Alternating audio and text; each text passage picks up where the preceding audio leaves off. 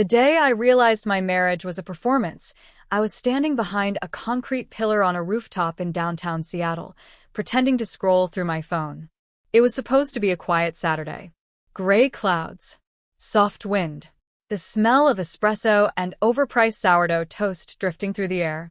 Instead, I watched my husband laugh in a way he hadn't laughed with me in years. Luke Carter, my husband of 11 years. And across from him sat Rachel Blake. She leaned forward when she talked. Touched his wrist when she laughed. Held eye contact a second too long. Intimacy isn't always loud. Sometimes it's subtle, familiar, Practiced. They weren't flirting. They were comfortable. That's what made my stomach drop. The rooftop brunch spot overlooked Elliott Bay. Couples surrounded them. Friends clinked glasses. No one paid attention. But I did. Because I knew Luke's schedule. I knew he was supposed to be meeting a supplier in Tacoma. Instead, he was here. With her. Rachel wore a cream blazer and a silk blouse that caught the light every time she moved. Her posture was relaxed. Confident. Possessive. She didn't look like someone stealing moments. She looked like someone who already owned them. Luke reached across the table and brushed something off her shoulder. His hand lingered. She didn't flinch. I felt something inside me go very still. No screaming. No tears. Just clarity. They've been involved for a while. You don't get that level of ease overnight. I shifted slightly behind the pillar, careful not to be seen. My reflection flickered in the glass door beside me, composed, controlled, almost detached. For years, I believed my strength was patience. That morning, patience became something else. Strategy. Rachel tilted her head and said something that made Luke throw his head back and laugh. I hadn't heard that laugh directed at me in a long time.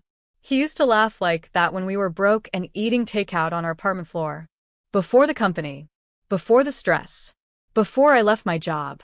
I pulled out my phone and took 3 photos. Not emotional ones. Clear ones. Time-stamped. Evidence. Rachel reached for his hand under the table. He let her. I noticed small details most wives might miss. His wedding ring was gone. There was a faint tan line where it used to be. That was new. Very new. I zoomed in slightly. He leaned forward, lowered his voice. Her expression changed, serious now. She nodded slowly. This wasn't just romance. This was planning. I watched Rachel slide a folder across the table. A thin, navy blue folder. Luke opened it carefully, shielding it from view. Documents. He flipped through several pages, scanning quickly. Then he signed something. Right there. On a rooftop. Over brunch. My pulse remained steady. I zoomed in again. I couldn't see the text. But I saw his signature. The same sharp, confident stroke I'd watched him practice when we first launched his renovation company. He closed the folder and slid it back to her. She smiled. Not warmly. Victorious. I stepped further behind the pillar as a waiter passed. Rachel stood first. Luke followed. They didn't kiss. They didn't need to. Their goodbye was too smooth. Too assured. She adjusted his collar. He tucked a strand of hair behind her ear. Then they walked to the elevator together. Not touching, but synchronized. I waited 10 full minutes before moving. When I finally walked past their table, I noticed 2 empty champagne glasses. Celebratory. I stood where she had stood. Looked out at the water. Breathed in slowly. I replayed the last 6 months in my head. The late nights. The investor meetings. The new legal documents he had me sign for liability protection. The way he stopped discussing finances with me. The way he insisted everything was too complicated. I had trusted him. Completely. But trust without verification is blindness. And I've never been blind. I took one last look at the skyline. Then I pulled out my phone again. Not to call him. Not to confront him. But to schedule an appointment. Monday morning. With a forensic document analyst I used to work with. Because if Luke thought I was just the supportive wife who gave up her career to help him build his empire, he was about to remember exactly who I used to be. And exactly what I'm capable of when someone underestimates me. I used to audit $1 million fraud cases before breakfast. Now I was the wife who packed protein bars for job site visits. That transformation didn't happen by accident. It happened because I believed in Luke. When we first married, I had a stable career in forensic accounting. I specialized in tracing hidden assets, shell companies, offshore transfers. I was good at it. Very good. Luke had talent, ambition, and charisma. But he didn't have capital, or structure, or discipline. He had dreams of building a home renovation company that would redefine craftsmanship in Seattle. He said it like a mission statement, like destiny. I saw potential. So I did what partners are supposed to do. I invested. Not emotionally. Financially. I sold the small stock portfolio I'd been building since my 20s. Liquidated a conservative retirement fund. Even cashed out a piece of property my aunt left me, my only inheritance. I told myself it was temporary. Seed money. A launch pad. Luke promised we'd both be on the ownership documents. Equal partners. We're building this together, he said. And I believed him. For the first 2 years, I handled the books. Quietly. I structured vendor payments. Negotiated credit terms. Built a clean accounting system from scratch. When contractors tried to overcharge, I caught it. When clients delayed payments, I implemented penalties. Revenue doubled in 18 months. Luke took the credit publicly. I didn't mind. I preferred being behind the numbers. But then growth became visibility. And visibility attracted investors. That's when Luke started changing. He began saying things like, "You don't need to worry about this stuff anymore." He said it gently, almost lovingly. "I'll handle it." He hired an external accounting firm without asking me. Said it would look more professional. Gradually, my access narrowed. First, I lost login privileges to the business banking platform. Then, he moved payroll to a separate system for efficiency. Then came the legal documents. 3 months ago. He came home with a stack of papers and a tired smile. "Just liability protection," he said. "Standard restructuring. Investors want cleaner separation between personal and business assets." He kissed my forehead while I skimmed the pages. They were dense. Corporate language. Amendments. Reclassifications. He pointed where I needed to sign. "We're protecting ourselves," he insisted. I trusted him. But something had felt slightly rushed. He kept glancing at his phone while I read. Impatient. I remember asking, "Why does this mention asset redistribution?" He laughed softly. "It's technical language. It doesn't mean what it sounds like." I signed. Because I thought we were a team. After that, small things shifted. My name stopped appearing on internal company summaries. He opened a new line of credit without telling me. When I asked about quarterly projections, he said, "You worry too much." Then he suggested I step back completely. Take a break. "You've done enough." Done enough. That phrase lingered. As if I were an employee whose contract had expired. Last month, I checked our joint account to transfer money for property taxes. The balance was lower than expected. Significantly lower. When I asked, Luke blamed a supplier delay. "Cash flow timing," he said casually. I wanted to believe that. But I noticed something else. He had opened a secondary account under the company's name. One I had never seen before. When I asked about it, he said it was temporary. Temporary accounts don't receive six-figure transfers. Temporary accounts don't require new authorization structures. Temporary accounts don't exclude your wife. Standing on that rooftop the day I saw Rachel, everything rearranged itself in my head. The legal documents. The disappearing access. The new accounts. The removed wedding ring. And the folder she handed him. I went home that afternoon before he did. Walked through the house slowly. Our house. The one I helped finance. The one whose down payment came from my inheritance. I opened the filing cabinet in his office. Neatly organized. Too neatly. I didn't touch anything yet. Not physically. Instead, I took photos of the drawer arrangement. Document order. Label positions. If something changed later, I would know. Then I opened my laptop. Not the shared one. Mine. The one he hadn't asked about in years. I logged into an old professional network. Messaged 2 former colleagues. One specialized in forensic document analysis. The other worked in corporate litigation. I didn't tell them details. Just one sentence. I may need discretion and speed. Both replied within 20 minutes. When Luke came home that evening, he kissed my cheek. Smelled faintly of expensive perfume that wasn't mine. "How was your day?" he asked. "Productive," I said calmly. He smiled. Satisfied. Confident. As if I were exactly where he wanted me. What he didn't know was this. I may have stepped away from my career.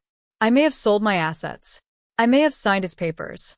But I never stopped understanding money. And if there's one thing I've learned in forensic accounting, paper trails don't disappear. They just wait to be followed. I didn't expect Daniel Blake to sit next to me. I returned to the rooftop cafe 3 days later. Same time. Same table angle. I wasn't hoping to see Luke again. I was confirming a pattern. Affairs thrive on repetition. I ordered black coffee and positioned myself where I had a clear view of the elevator. And then a man sat down across from me, without asking. "I believe we're waiting for the same two people," he said calmly. His voice was controlled. Educated. Used to being obeyed. Daniel Blake. I recognized him immediately. Shipping magnate. Corporate panels. Business magazine covers. Rachel's husband. He didn't look at me at first. He watched the skyline. "They think they're discreet," he continued. "They're not." I studied him carefully. No wedding ring. No visible anger. Just calculation. "You're Megan Carter," he said finally. Not a question. Yes. They've been meeting here every Thursday for 5 months. 5 months. That aligned perfectly with the restructuring documents. I kept my expression neutral. "Why are you telling me this?" I asked. Daniel placed a slim leather portfolio on the table between us. "Because what they're doing isn't just an affair." He opened it slowly. Inside were copies of bank transfers, corporate authorizations, equity adjustments. My pulse slowed instead of quickening. Information is oxygen to someone like me. Rachel had access to certain discretionary funds within Daniel's corporation. Investment allocations, development budgets, overhead approvals. Small percentages, but consistent. Those small percentages were being redirected into Luke's renovation company, not as investments, as inflated project payments. Daniel slid another document toward me, a copy of a finalized divorce decree. My name at the top. Luke's beneath it.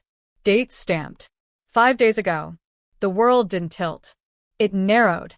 "That's impossible," I said quietly. "I never filed." "You didn't," Daniel replied. "He did." My eyes scanned the pages. Electronic signatures. Affidavit of non-contest. Asset separation agreement. My signature. My exact signature. Copied. Lifted from the restructuring documents I signed months ago. My breath remained even, but my fingers went cold. He embedded divorce consent language inside corporate liability paperwork. Daniel continued. "You authorized representation." He filed it as uncontested. I looked at the distribution summary. Primary residence transferred to Luke Carter. Business ownership, 100% Luke Carter. Joint savings, allocated under corporate debt offset. Retirement accounts, reassigned.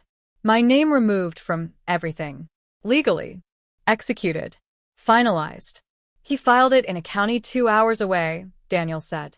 "Remote appearance. Claimed you declined to attend." I reread the date. 5 days ago. 5 days. Luke had slept beside me. Kissed my forehead. Asked me to pass the salt. While legally erasing me. I didn't cry. I didn't tremble. I flipped to the last page. Judicial approval stamp. Authentic. Daniel watched my reaction carefully. "I had my legal team verify it this morning," he said. "It's real." I leaned back in my chair. "So as of now," I said evenly, "I am divorced. Yes. And homeless on paper. Yes. And stripped of all business equity. Yes." The wind moved Rachel's empty chair slightly across the patio. A hollow scraping sound. "They think you're unaware," Daniel added. I let out a slow breath. That's their first mistake. He nodded once. Then he handed me something else. A transfer authorization form. Rachel's signature. Approved funding for a warehouse renovation project. Client. Carter Custom Renovations. Amount. $3.2 million. Warehouse address listed. I memorized it instantly. That property, Daniel said, does not exist. I looked at him. It's a vacant lot, he continued. Rachel approved 3 phased payments. The first 2 already cleared. Luke had signed them. My mind recalculated everything. The rooftop folder. The champagne. The signature. They weren't just celebrating love. They were celebrating completion. Divorce finalized. Funds secured. Future secured. Without me. Why tell me? I asked again. Daniel's jaw tightened slightly. Because Rachel isn't just funding your husband's company. She's draining mine. There it was. Not jealousy. Not heartbreak. Damage control. He slid one final page toward me. Projected outgoing capital patterns. Over the last 6 months. Structured. Strategic. Hidden within legitimate expenditures. She's smarter than I expected, he admitted. I studied the numbers. She was careful, but not careful enough. There was rhythm to the transfers. A pattern every 42 days. Aligned with Luke's project invoicing cycle. They thought Daniel trusted her implicitly. They thought I trusted Luke completely. They built their double life on 2 assumptions. That we were naive. That we were emotional. Daniel closed the portfolio. I'm not interested in scandal, he said. I'm interested in containment. And what do you want from me? I asked. He met my eyes directly now. I want someone who understands forensic structuring better than my internal team. A pause. And someone who has personal motivation. The elevator doors opened across the patio. Rachel stepped out, followed by Luke. They hadn't seen us yet. Daniel didn't turn around. 5 days, he said quietly. That's how long you've been legally erased. Luke laughed at something Rachel said. Carefree. Relaxed. Certain of his victory. I picked up the divorce decree again. Studied my forged signature. He didn't just cheat. He dismantled me. Strategically. That required a response. Not emotional. Precise. Rachel spotted Daniel first. Her face drained of color. Luke followed her gaze. And for the first time, since I'd stepped onto that rooftop days ago, he looked uncertain. I folded the documents calmly and slid them back into Daniel's portfolio. They think I don't know, I said. Daniel's expression shifted slightly. No, he replied. They don't. I stood, smoothed my coat, and faced my legally finalized ex-husband for the first time since discovering he'd erased me. He opened his mouth. Probably to lie. Probably to explain. Probably to control the narrative. But I smiled instead. Small. Measured. Almost polite. Because what he didn't understand yet was that divorcing a forensic accountant without her knowledge was the most expensive mistake of his life. Luke froze when he saw the portfolio in Daniel's hands. Rachel recovered first. Of course she did. She smoothed her blazer, stepped forward, and smiled like this was an accidental social overlap. Daniel, she said lightly, I didn't know you were in the area. Her tone was almost amused. That told me everything. She believed she still had control. Luke's eyes shifted to me. Megan, he said carefully, like my name was unstable ground. I tilted my head slightly. Luke. No accusation. No tremor. Just acknowledgement. Daniel remained seated. Composed. He didn't invite them to sit. He didn't need to. Rachel's gaze flickered between us. You two know each other? She asked. Daniel finally stood. Yes, he said calmly. We've been discussing unauthorized capital transfers. Silence. A faint tremor crossed Rachel's mouth. Luke tried to laugh. This isn't the place, he said quickly. We can all talk privately. Daniel looked at him the way executives look at underperforming subcontractors. There won't be a private discussion, he replied. I watched Luke closely. His posture had shifted. Not guilty. Defensive. Calculating damage. Megan, he said, lowering his voice slightly. Whatever he's telling you. I've seen the decree, I interrupted gently. His jaw tightened. Rachel's eyes widened for half a second. Then she masked it. Daniel didn't react. Luke swallowed. It was a technical filing, he said quickly. A protective structure. It doesn't mean what it looks like. It was almost impressive how consistently he reused that phrase. Doesn't mean what it looks like. I smiled faintly. It looks like a finalized divorce. His silence confirmed it. Rachel shifted her weight. Daniel, she said sharply, you're misinterpreting internal allocations. Daniel turned to her fully now. You approved 3 payments for a warehouse that does not exist. It's in early development, she countered. No, he said evenly. It's a parking lot. That landed. Luke stepped in. The permits are pending. Daniel cut him off with a raised hand. Save it. The rooftop had grown quieter. A few nearby tables were pretending not to listen. Seattle politeness at its finest. I spoke calmly. Luke, 5 days ago you legally erased me. He looked at me then. Really looked. Trying to assess how much I knew. How much of the company do you think is actually yours? I asked softly. He didn't answer. Because suddenly he wasn't sure. Daniel closed the portfolio. We're not here to argue, he said. We're here because the current structure is unsustainable. Rachel crossed her arms. And what exactly do you want? Daniel's expression didn't change. Containment. Recovery. Accountability. Luke scoffed. You don't have proof of criminal intent. Daniel looked at me. That was deliberate. I understood. Not yet, Daniel said. Rachel's voice sharpened. This is absurd. No, Daniel replied calmly. It's documented. There was a long pause. Wind moved across the rooftop again. Then Daniel said something that shifted everything. I'm prepared to pursue internal prosecution. Rachel stiffened. Luke's confidence thinned visibly. But Daniel wasn't finished. Unless, he continued, we restructure. Rachel narrowed her eyes. Restructure how? He looked at me again. And this time, I understood exactly why he'd approached me. Your husband, Daniel said to Rachel, benefited from my corporation's diverted funds. Luke opened his mouth. Daniel didn't allow it. If those funds are traced formally, his company collapses immediately. Luke's face paled slightly. You destroy your own reputation dragging this into court, he shot back. Daniel's voice remained calm. I can survive an audit. Then he looked at me directly. But what I need is someone who knows how to conduct one. Rachel finally understood. Her eyes moved slowly from Daniel to me. No, she said quietly. Daniel ignored her. I need authority inside my own corporation that Rachel currently influences, he continued. I need someone whose loyalty isn't compromised. Luke let out a short, incredulous laugh. You can't be serious. Daniel didn't blink. I am.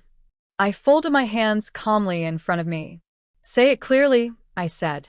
Daniel inclined his head slightly. I propose a strategic alliance. Rachel shook her head sharply. Absolutely not. Daniel continued anyway. A legal marriage. A silence hit like a physical force.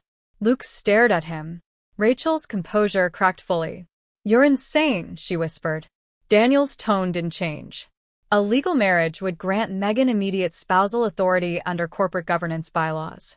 She could be installed as chief financial officer with full investigative control. Luke looked at me like I had already betrayed him. You'd marry him? He demanded. I met his eyes calmly. You divorced me. His mouth closed. Daniel continued speaking as if this were a boardroom proposal. With CFO authority, Megan can initiate a forensic audit without internal obstruction. She can freeze questionable accounts. She can reverse unauthorized transfers. Rachel's breathing quickened. You can't do this just to punish me. Daniel's gaze hardened slightly. This isn't punishment. It's asset protection. Luke's voice rose. You're using her. Daniel responded without looking at him. She's the only person at this table who understands what you've actually done. That's silence again. Heavy. Measured. I thought about the inheritance I sold. The retirement fund I liquidated. The house that was no longer legally mine. The forged signature. The parking lot. The pattern of 42 days. They thought they'd cornered me. Removed me. Replaced me. But what they hadn't calculated was this. 2 betrayed spouses are not liabilities. They are leverage. I looked at Daniel. If I agree, I said carefully, I set the terms. Rachel stared at me in disbelief. Luke's expression shifted from anger to something else. Fear.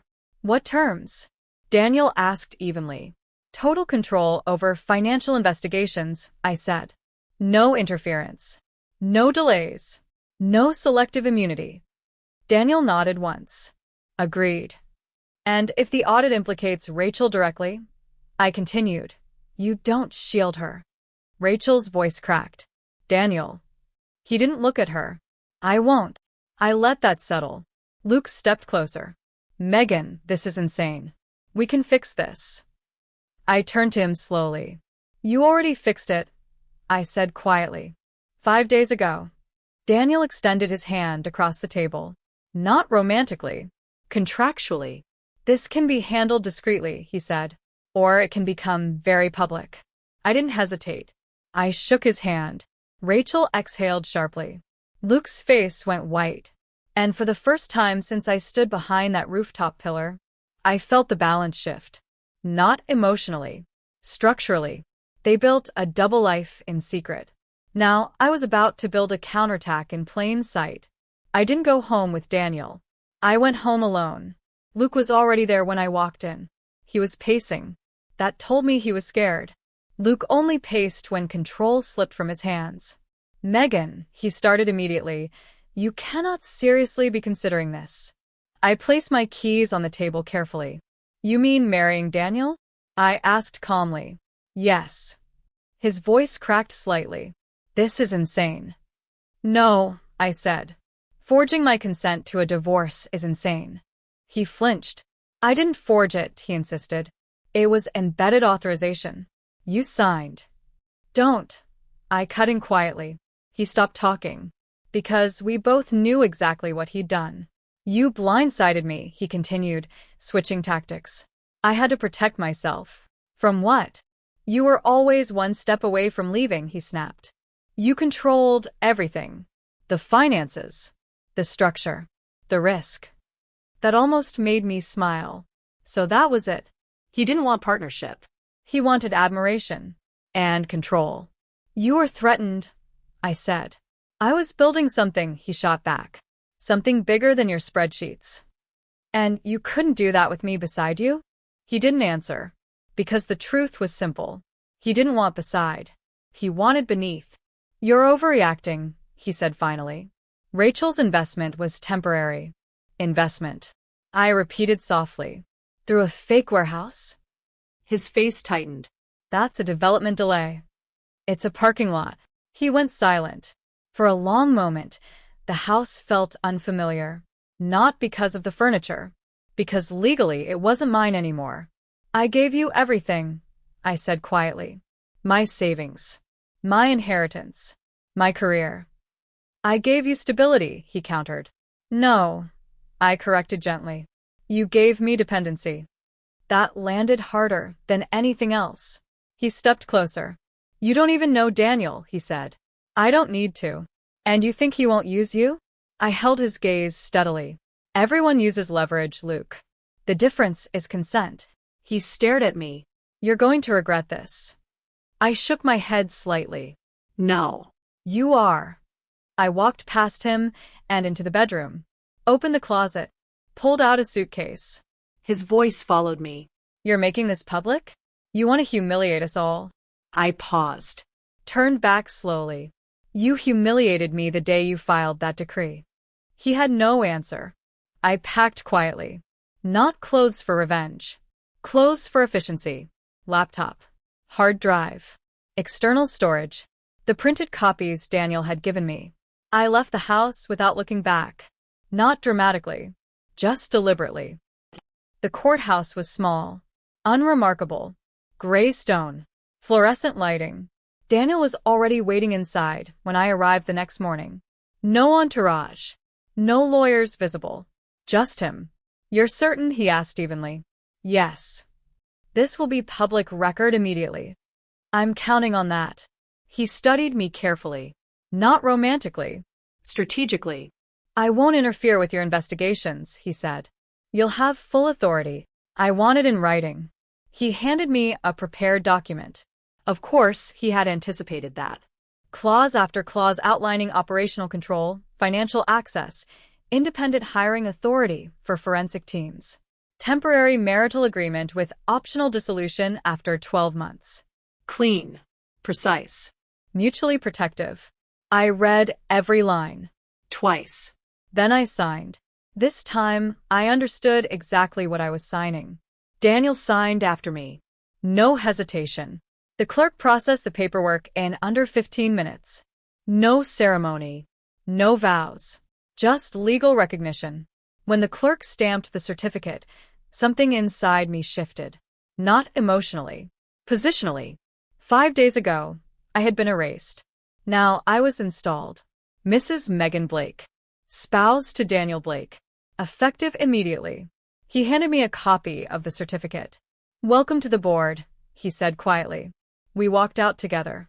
No photographers. No press. That would come later.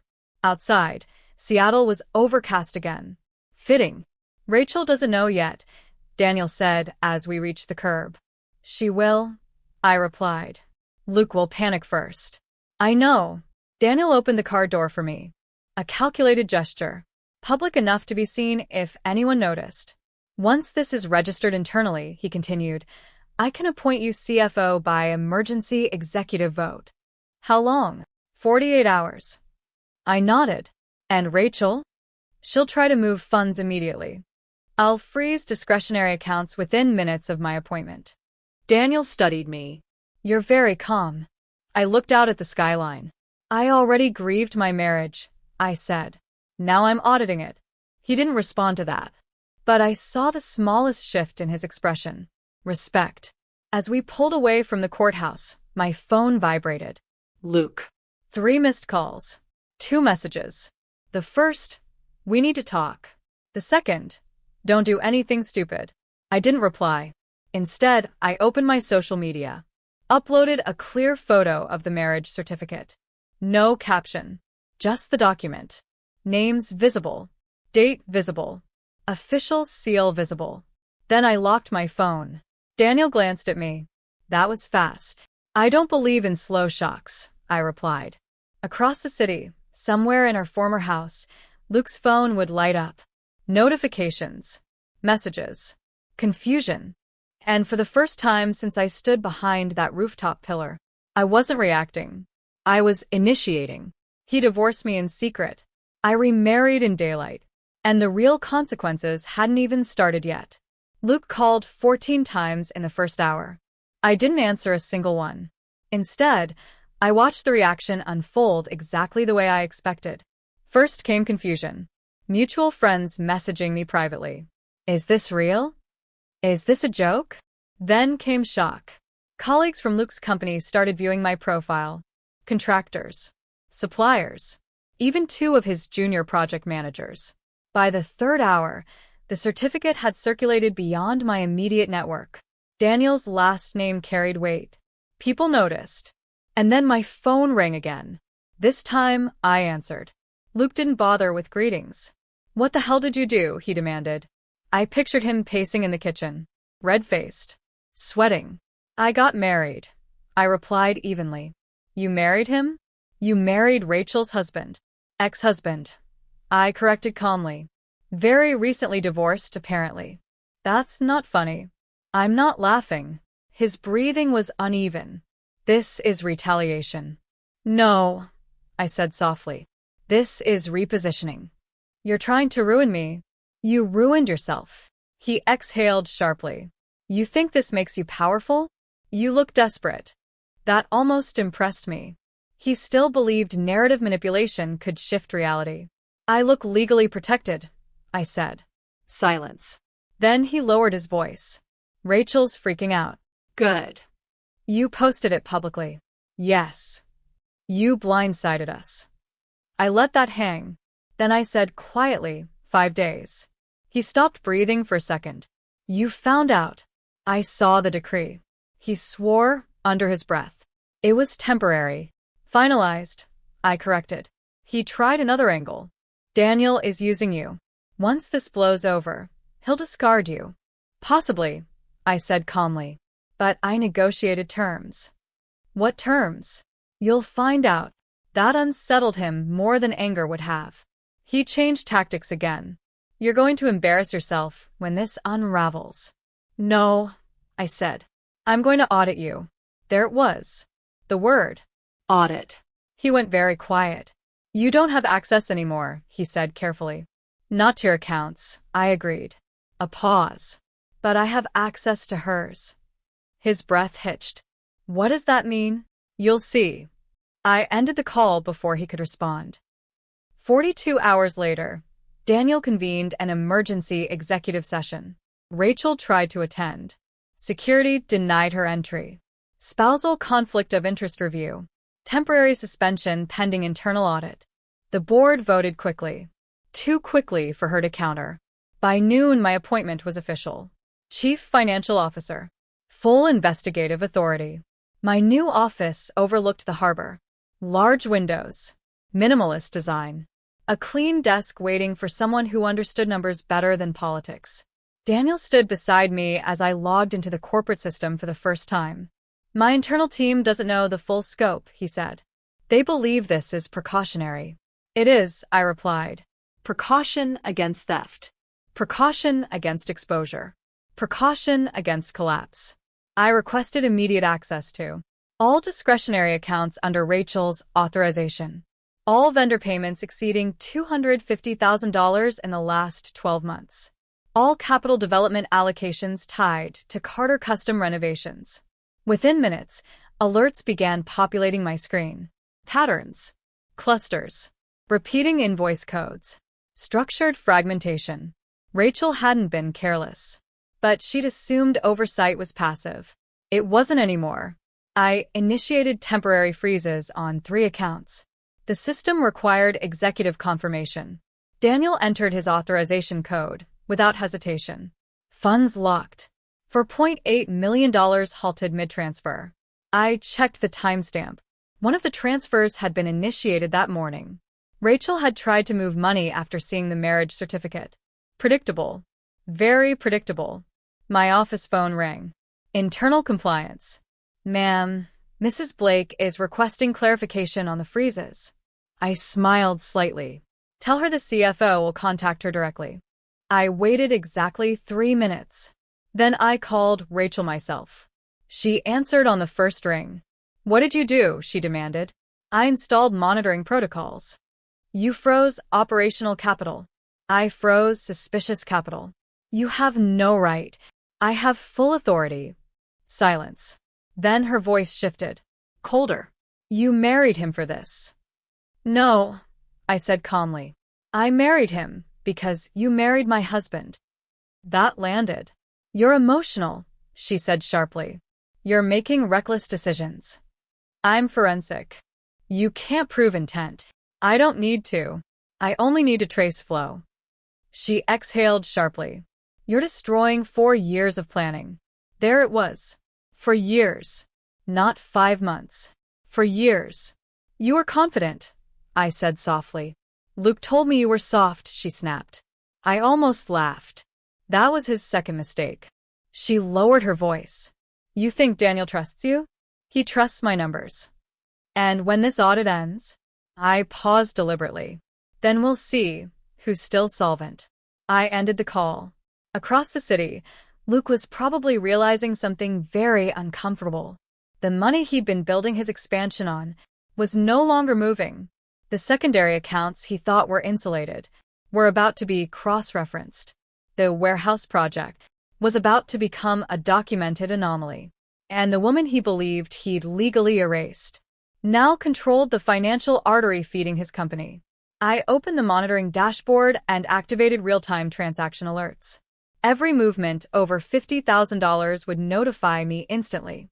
Every vendor modification required dual authorization.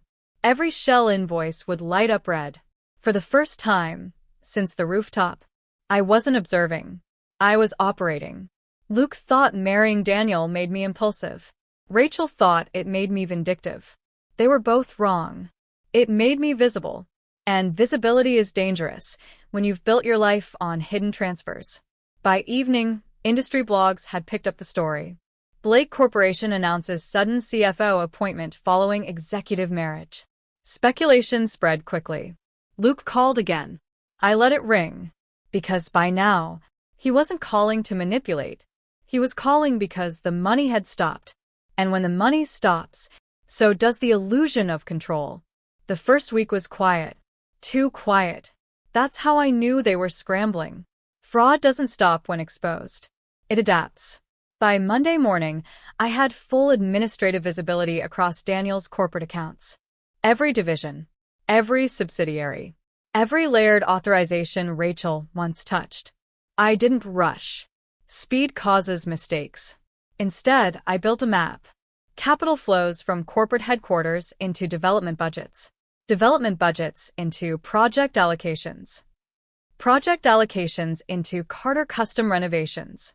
From there, fragmentation, vendor payments, Consulting fees. Equipment leasing. On paper, it looked legitimate. Under forensic review, it looked engineered. I called a closed-door meeting with the senior finance managers. 6 people. 2 had worked under Rachel directly. They looked uneasy. I stood at the head of the table, tablet in hand. I'm not here to dismantle departments, I began calmly.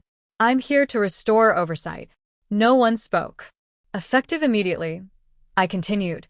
All vendor approvals exceeding $100,000 require secondary review through my office. A murmur shifted around the table. One manager cleared his throat. Mrs. Blake previously handled discretionary approvals. Mrs. Blake is under conflict review. I replied evenly. Silence again. I will also be restructuring reporting lines, I added.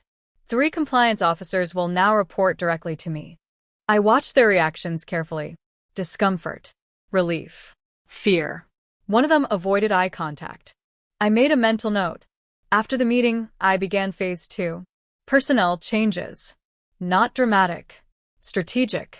Rachel's executive assistant was reassigned to corporate communications. A procurement supervisor was placed on temporary audit leave. The internal audit software, which had been set to quarterly passive review, was upgraded to real-time anomaly detection. I personally installed transaction flag parameters, duplicate invoice numbers, rounded figures, 42-day cycles, consulting fees without deliverables. Within hours, alerts began populating, red flags blinking across my screen.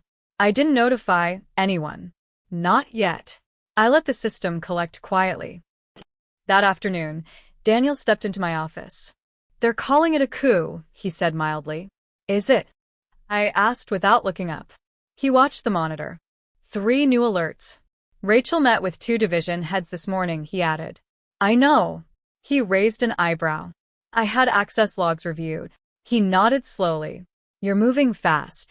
No, I corrected. I'm moving efficiently. He stepped closer to the desk. Luke requested a meeting with our legal department. That made me pause. For what? He claims breach of contract on pending development funds. I almost smiled. He was panicking. If corporate funding stalled, his expansion project stalled. If expansion stalled, creditors asked questions. Deny the meeting, I said calmly. Daniel studied me. You don't want to hear his argument? I already know it. And that is, he doesn't have independent liquidity. Daniel's expression shifted. You're certain? Yes. Because I had already traced his secondary business accounts. When Rachel's transfer slowed, Luke's outgoing payments dipped immediately. Payroll delays. Supplier renegotiations. Short-term bridge loans. He had built growth on borrowed oxygen. And I had just adjusted the valve. On Wednesday, I visited the address listed for the warehouse project. I didn't send an assistant. I went myself. It was exactly what Daniel said. An empty parking lot. Faded white lines. Chain-link fencing. No permits posted. No construction. No development signage. Just wind pushing debris across cracked asphalt. I took photos. Geotagged. Timestamped. Then I cross-referenced the phased payment schedule. $1.1 million initial allocation. $1.05 million structural phase. $1.05 million materials procurement. Total, $3.2 million. Paid for air. Back in my office, I pulled vendor registration forms connected to the project. One stood out. A consulting firm authorized to oversee site compliance. Registered 3 months ago. Address linked to a residential property. I zoomed in. The last name matched Rachel's maiden name. Cousin. Of course. I leaned back slowly. They hadn't just redirected funds. They'd built the network. Family-linked vendors. Inflated invoices. Ghost projects. Luke wasn't just benefiting. He was central. My phone buzzed. Private number. I answered. Stop, Rachel said immediately. No. You're destabilizing the company. You destabilized it. You think this ends cleanly? It ends transparently. Her voice sharpened. You're in over your head. I used to dismantle shell corporations for a living. I replied calmly. This is familiar. You'll destroy Daniel's stock value. Not if we act before disclosure. Silence. Then she tried something new. You loved Luke, she said softly. There it was. Emotional bait. Yes, I said. Past tense. And now you're helping ruin him. No, I corrected. I'm removing artificial funding. She exhaled slowly. You don't understand how deep this goes. That sentence was not defensive. It was a warning. How deep? I asked. She hung up. By Friday, I had replaced 4 key financial gatekeepers. All quietly. All legally. Compliance restructuring under emergency executive authority. Internal memo drafted. Neutral language. No accusations. Just policy reinforcement. Meanwhile, I installed a secondary monitoring layer. Real-time cross-company transaction mapping. Every time Blake Corporation funds touched Carter Custom Renovations, I would know instantly. At 6:42 p.m., my system pinged. Attempted transfer. $480,000. Labeled as Architectural Consultation Adjustment. Originating from a subsidiary Rachel previously controlled. Blocked automatically. I stared at the screen. They were still trying. Even now, desperation accelerates mistakes. I forwarded the blocked transfer log to Daniel. One line attached. They're moving again. He replied within seconds. Proceed. I closed my office door, locked it, and began assembling the full forensic package. Vendor links, timeline alignment, fraud pathway modeling, divorce decree filing date, capital spike into Luke's accounts within 48 hours of my legal erasure. It wasn't just theft. It was synchronized. Personal and corporate dismantling at the same time. Luke removed me legally. Rachel funded him financially. Together, they built a structure designed to leave me with nothing. They thought removing my name removed my capability. Instead, it removed my hesitation. By midnight, I had a 67-page preliminary report drafted. Not emotional. Not dramatic. Clinical. Devastating. And when I finally shut down my screen, one thought settled clearly in my mind. They thought I was reacting. They didn't realize I was replacing the entire foundation beneath them. And foundations don't scream when they crack. They collapse quietly, until the building above them suddenly has nowhere left to stand. Rachel was right about one thing. It went deeper. Much deeper. The fake warehouse was just the visible layer. A distraction large enough to justify millions, but simple enough to explain away if questioned. The real structure was smaller. Fragmented. Harder to detect. I spent the next 3 days isolating every vendor linked to Carter Custom Renovations that had received funding originating from Blake Corporation. 32 entities. On paper, they were subcontractors, Consultants. material brokers, project coordinators. In reality, they formed a loop. Money flowed out of Daniel's corporation, into Luke's company, then into these vendors. then in reduced, laundered portions, back into private accounts. Some domestic, some offshore. But one pattern caught my attention immediately. Several of the vendor addresses overlapped with residential properties. 2 linked to extended members of Rachel's family. 1 linked to a trust I'd never seen before. The trust name was generic, North Cascade Holdings. But when I pulled the registration documents, my pulse slowed. The trustee's signature. Luke Carter. Registered 4 months ago. For months. That's when Rachel's capital diversions accelerated. And 3 weeks later, Luke filed the divorce. It wasn't just betrayal. It was orchestration. I built a transaction visualization model. Color-coded. Corporate blue. Carter Renovations gray. Shell vendors red. Trust accounts black. The image on my screen looked like a circulatory system infected with clots. Every 42 days, the pattern repeated. Disbursement. Fragmentation. Reassembly. Transfer. Clean. I leaned back. They hadn't just stolen money. They had built a laundering cycle. Small enough to avoid triggering automated thresholds. Large enough to accumulate millions. My phone buzzed. Daniel. Board members are asking questions, he said. Good. They're nervous. They should be. A pause. How exposed are we? Contained, I replied. For now. Rachel is claiming executive overreach. She lost executive status. She's threatening a wrongful suspension lawsuit. I almost smiled. Let her file it. Daniel was quiet. You sound confident. I'm not guessing. That was the difference. Rachel operated on assumption. Luke operated on ego. I operated on evidence. That evening, I did something deliberate. I requested a copy of Carter Custom Renovations' most recent development proposal submitted to an external investor group. Daniel's legal team obtained it within hours. Projected expansion into 3 new commercial sites. One of them, the same address as the warehouse, but listed as Phase 2 development facility. Estimated cost, $8.7 million. Funded partially by private capital. The private capital was Rachel's siphon money. They weren't just stealing. They were leveraging stolen funds to secure outside investment.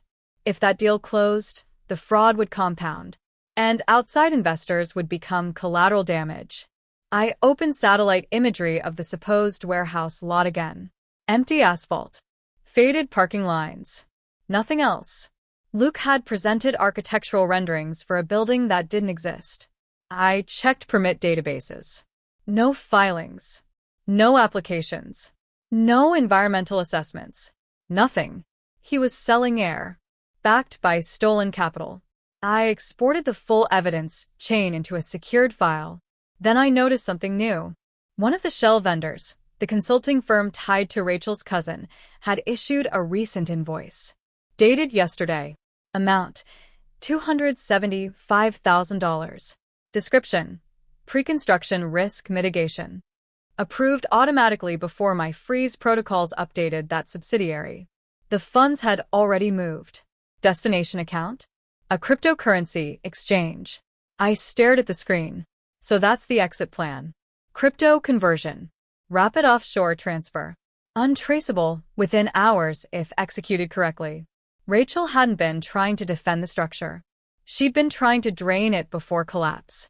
I immediately activated a broader freeze. Not just on corporate accounts.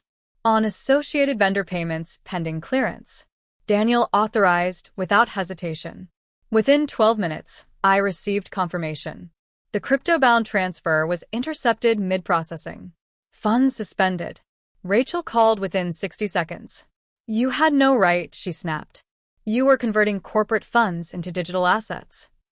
It was a hedge strategy. Without board approval. Silence. Then she said quietly, You think this ends with me? That sentence again. Not defensive. Predictive. What else is there? I asked. She laughed. A thin, strained sound. Luke isn't the only one with leverage. The line went dead. I stared at the transaction logs again. Replayed the timeline. Divorce finalized. Capitals spike. Shell trust formation. Warehouse fiction. Crypto exit attempt. They had prepared for multiple outcomes. Affair exposed? Move money. Corporate audit? Move money faster. Divorce complete? Secure assets. But they underestimated one variable. Me. I pulled up internal email archives next. Cross-reference timestamps. Rachel and Luke's communication frequency spiked significantly the week before my divorce was filed. Then dipped. Then shifted to encrypted messaging platforms. But one attachment slipped through. A PDF labeled Contingency Restructure. I opened it. It outlined a fallback plan. If Blake Corporation initiated internal investigation, funds would be redirected into North Cascade Holdings. Assets would be shielded under trust protection. And Luke would declare temporary liquidity strain due to market volatility. He planned to file for structured bankruptcy protection if needed. Shield personal assets. Blame economic conditions. Walk away clean. Except the trust registration predated the divorce filing, meaning intent existed before my legal erasure. That mattered. Intent turns civil disputes into criminal ones. I printed the document, placed it beside the parking lot photos, beside the forged divorce decree, beside the transaction model. This wasn't emotional revenge. This was convergence. I sent Daniel a single message. They built an escape tunnel. His reply came quickly. And I looked at the crypto transfer freeze confirmation, at the trust formation date, at the empty lot, at the divorce stamp, and I just collapsed it. For the first time since this began, I allowed myself one slow breath of satisfaction. Luke thought the warehouse was his expansion. Rachel thought the crypto conversion was her insurance. But neither of them realized something critical. Every hidden network has a central node. And I had just identified theirs. North Cascade Holdings.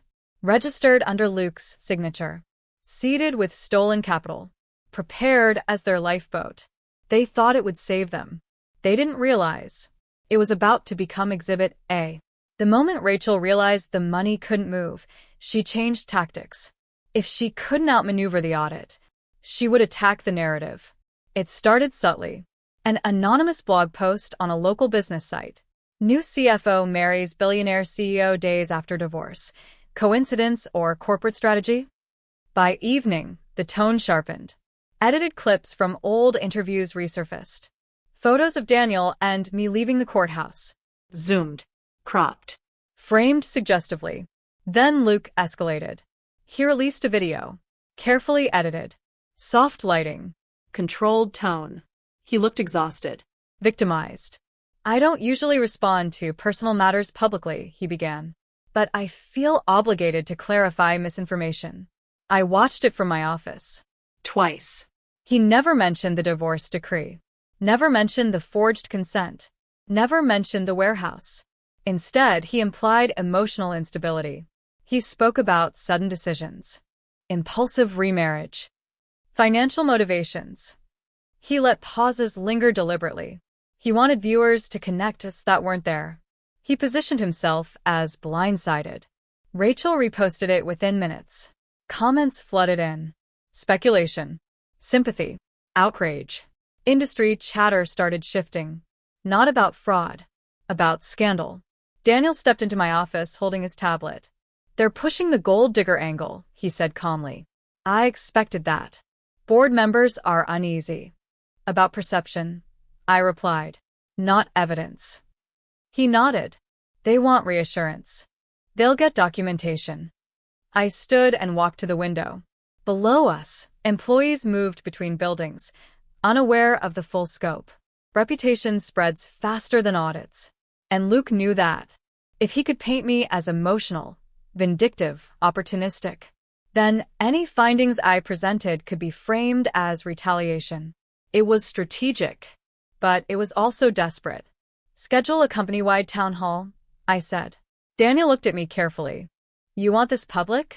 Yes. He didn't hesitate. Tomorrow morning. By 9 a.m., the main auditorium was full. Executives, managers, Department heads, compliance officers, even remote staff joined virtually. Rachel was present, seated in the second row. Composed. Arms crossed. Luke was not invited, but he was watching online. I knew he would be. Daniel stepped to the podium first. No defensive tone. No emotional language.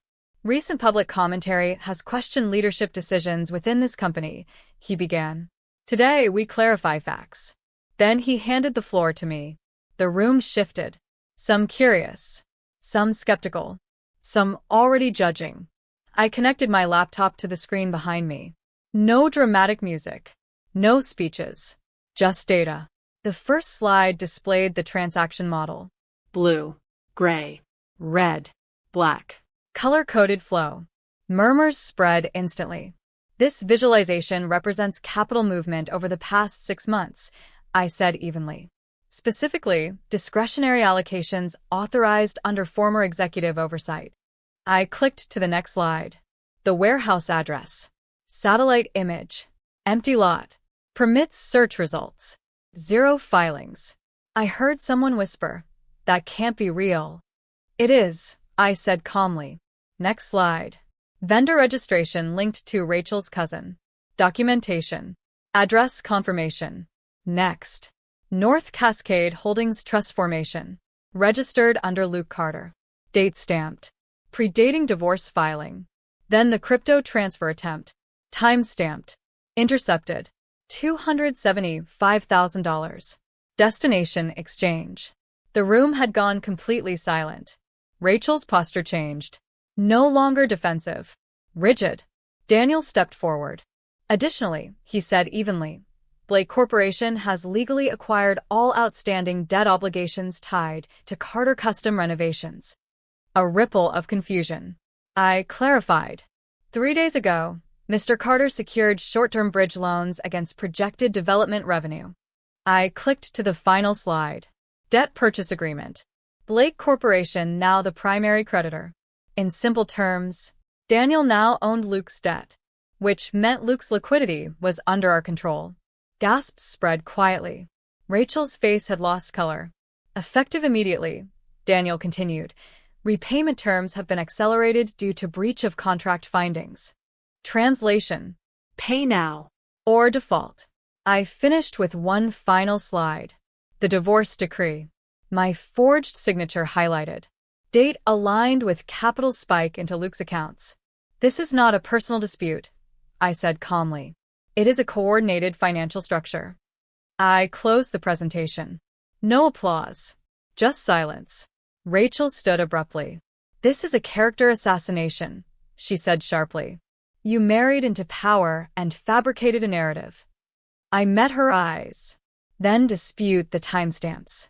She had no response. Daniel spoke one last time. An independent external audit firm has been engaged. Full cooperation is expected. Legal review is ongoing. Town hall adjourned. Within hours, industry blogs shifted tone. From gossip to investigation. Financial journalists began requesting comment. Luke posted a second video. More aggressive this time. Accusing me of corporate manipulation. Claiming I orchestrated everything to gain power. But his voice cracked halfway through. Because behind the scenes, his accounts were being squeezed. Vendors began demanding payment upfront. Credit lines tightened. Suppliers hesitated. And when Daniel's legal team formally called in the debt, Luke had 2 options. Declare bankruptcy or negotiate under exposure. He chose negotiation. Rachel, however, made a different move. That night, another crypto transfer attempt triggered my alerts. Larger this time. $620,000. From a subsidiary she still partially accessed. I froze it instantly. Then I forwarded the full audit package to corporate legal. And to external counsel. Rachel called once more. Not angry this time. Panicked. You're destroying everything, she whispered. No, I said evenly. I'm documenting it. You think prison is worth this? That was the first time she said it out loud. Prison. I didn't respond. Because the moment she said it, she acknowledged risk. And once someone acknowledges criminal exposure, they start calculating survival. By midnight, Daniel's attorneys filed a formal referral. Fraud. Embezzlement. Corporate diversion. The investigation moved from internal to federal. Luke called me at 1:14 a.m. I answered. His voice was no longer arrogant. They're talking about criminal charges. Yes. You did this. No. I corrected calmly.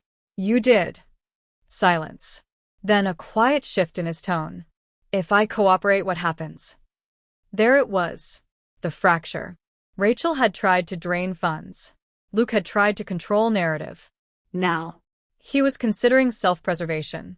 You should speak to your lawyer, I said. Will you testify? Yes. A long pause. You loved me, he said finally. I loved who you pretended to be. He exhaled slowly. They'll destroy her. They'll charge her. And me. That depends on how honest you decide to be. When I ended the call, I didn't feel rage or satisfaction, just inevitability. Rachel thought reputation would save her. Luke thought sympathy would shield him. But numbers don't care about image. And debt doesn't care about denial. By morning, Luke had scheduled a meeting with federal investigators. Rachel had retained criminal defense counsel. And the story was no longer about a sudden marriage.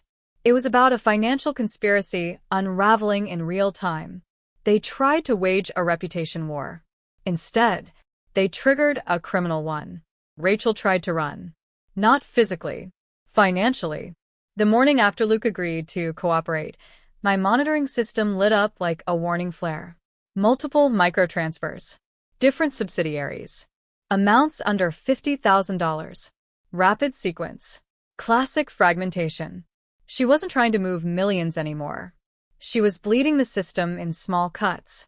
And every cut was routed toward the same endpoint, a cryptocurrency wallet previously linked to her cousin's consulting firm. But this time, there was an added layer. The funds were being converted through an intermediary exchange based offshore. A laundering buffer. She had learned from the first freeze. Or thought she had. I isolated the wallet address.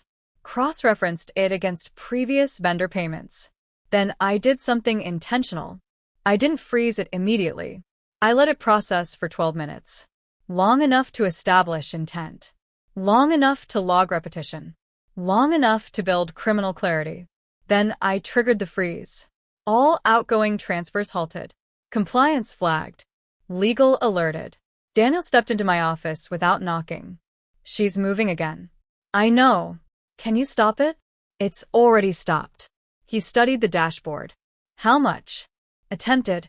$1.3 million across 26 microtransactions. His jaw tightened.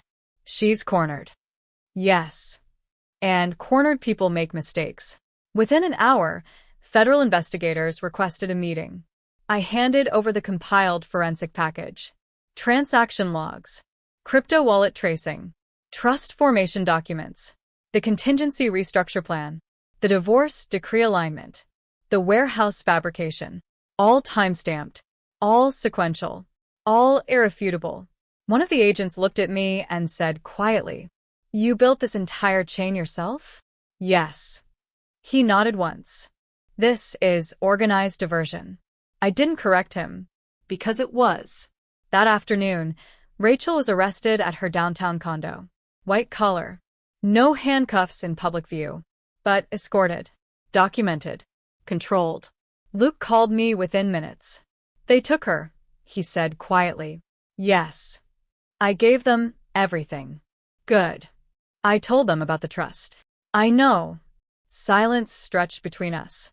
I never thought it would go this far, he admitted. I looked out at the harbor. You filed for divorce without telling me. I thought I was protecting myself. From what? He didn't answer. Because there was no logical answer. Just ego. I'll testify, he said finally. Full cooperation. That's your choice. And you? I already have. He exhaled slowly. I thought you'd scream. Or cry. I considered it. And I prefer documentation. He gave a hollow laugh. They said I might avoid prison if I cooperate. That depends on the completeness of your honesty. Another pause. Did you ever love me? He asked. I loved who I believed you were. And now I understand you. He didn't call again after that. Rachel's arrest shifted everything. Public sympathy evaporated. The edited videos disappeared. Industry blogs stopped speculating about my motives and began reporting on embezzlement figures. Luke entered bankruptcy negotiations under supervision. Daniel's corporation stabilized quickly. Transparency restored investor confidence. The board voted unanimously to retain me as CFO beyond the initial emergency term. The audit concluded within 6 weeks. Total diverted funds, $6.8 million. Recovered, $5.9 million. The remainder subject to asset seizure proceedings. North Cascade Holdings was frozen. Its assets reclassified as evidence. The empty parking lot became a symbol in financial articles. A photograph of asphalt that cost nearly $7 million. 3 months later, the criminal proceedings moved forward. Rachel was formally charged with fraud, embezzlement, and attempted money laundering through digital asset conversion. Luke received reduced charges in exchange for cooperation. Probation. Financial penalties. Professional disqualification from certain contracting licenses. His company dissolved under court supervision. I attended the sentencing quietly. Not to watch her fall, but to confirm completion. Rachel didn't look at me. Luke did. Once. Briefly. There was no anger in his expression anymore. Just comprehension. They thought I was emotional. They thought I was soft. They thought removing my name from documents removed my capacity. They miscalculated. That night, I stood in Daniel's penthouse kitchen, overlooking the city. No reporters. No board members. No crisis. Just quiet. The arrangement had been clear from the beginning. Strategic. Temporary. Transactional. I poured 2 glasses of wine and handed him one. The audit is complete, I said. Yes. Charges filed. Yes. Your corporation is stable. Yes. I met his eyes. We can dissolve the marriage now. He didn't answer immediately. Instead, he studied me the way he had on that rooftop weeks ago. Measured. Analytical. You want to? He asked. It served its purpose. And what purpose was that? Protection. He took a slow sip. You protected more than yourself. That wasn't the agreement. No, he said quietly. It wasn't. Silence settled between us. Different from before. Not strategic. Not tense. Uncomplicated. You built something remarkable, he continued. Not just evidence. Stability. I corrected instability. He shook his head slightly. You rebuilt trust in an entire corporation. I didn't respond. Because that hadn't been my goal. My goal was survival. He set his glass down. I don't want to dissolve it. I held his gaze. This was a contract. Yes. And contracts end. They can, he said. Or they can evolve. I studied him carefully. This wasn't impulse. This wasn't leverage. This wasn't desperation. It was deliberate. You're not obligated, he added. I know. No strategic benefit. I know. No financial dependency. I know. He stepped closer. Just partnership. That word again. But this time, it didn't sound like control. It sounded balanced. I thought about the rooftop, the parking lot, the forged signature, the crypto wallet, the arrest, the silence. I thought about the version of me who stood behind that concrete pillar, watching her husband laugh with another woman. And I realized something simple. I wasn't there anymore. Not because I married Daniel.